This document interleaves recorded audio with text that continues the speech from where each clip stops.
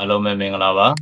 ကျွန်တော်ဒီတစ်ခါမြောက်ပြီးပြသွားမယ့်အကြောင်းအရာကြတော့ကျွန်တော်တို့ Microsoft Office Excel မှာ VBA ကိုအသုံးပြုပြီးတော့ကျွန်တော်တို့ Excel file တွေကို delete လုပ်တဲ့နည်းနဲ့ပတ်သက်ပြီးသင်ခန်းစာကိုမြောက်ပြီးပြင်မှာဖြစ်ပါတယ်။ဟုတ်ပြီအဲ့တော့ကျွန်တော်ဒီမှာ blank workbook တစ်ခုယူလိုက်ပါနော်။ဒီပြီးတဲ့အခါကျလို့ရှိရင်ကျွန်တော်တို့ VBA ကိုသုံးမှာဖြစ်တဲ့ developer tab ကိုသွားပြီးတဲ့အခါမှာ Visual Basic ကိုတစ်ချက်နှိပ်နော်။နှိပ်ပြီးတဲ့အခါကျရင်ဒီနေရာမှာ module သစ်ယူမှာဖြစ်တဲ့ right click ထောက်မယ်ထောက်ပြီးတဲ့အခါမှာ insert တရားပြီး module သစ်တစ်ခုယူလိုက်နော်။ဒီပြီးတဲ့အခါကျရင်ကျွန်တော်တို့က workbook ကိုဖြတ်မှာဖြစ်တဲ့ SUB set လို့ရေးပြီးတဲ့အခါမှာဒီ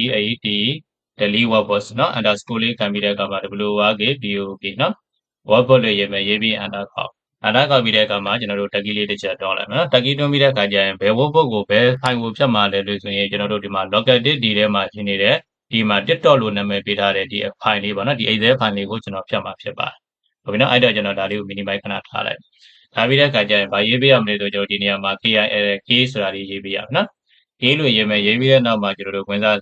စာပြီးတဲ့နောက်မှာ double quotation ဖွင့်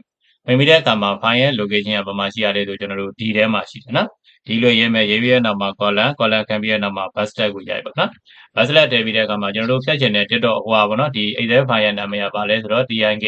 TikTok နော်အဲ့တော့ TikTok လို့ရေးမယ်ရေးပြီးတဲ့နောက်မှာ file extension ကိုထည့်ပေးမယ် XLSH နော်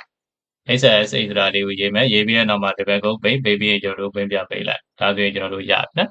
ရပြီဆိုတဲ့အခါကျတော့ဒါကိုကျွန်တော်တို့ home button နှစ်ခုရှင်းလို့ပြီးတော့ကြည့်ကြရအောင်နော်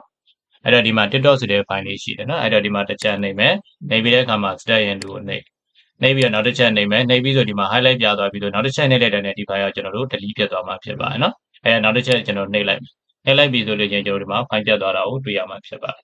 โอเคအားဆိုရင်အားလုံးပဲအဆင်ပြေကြပါစေခင်ဗျာ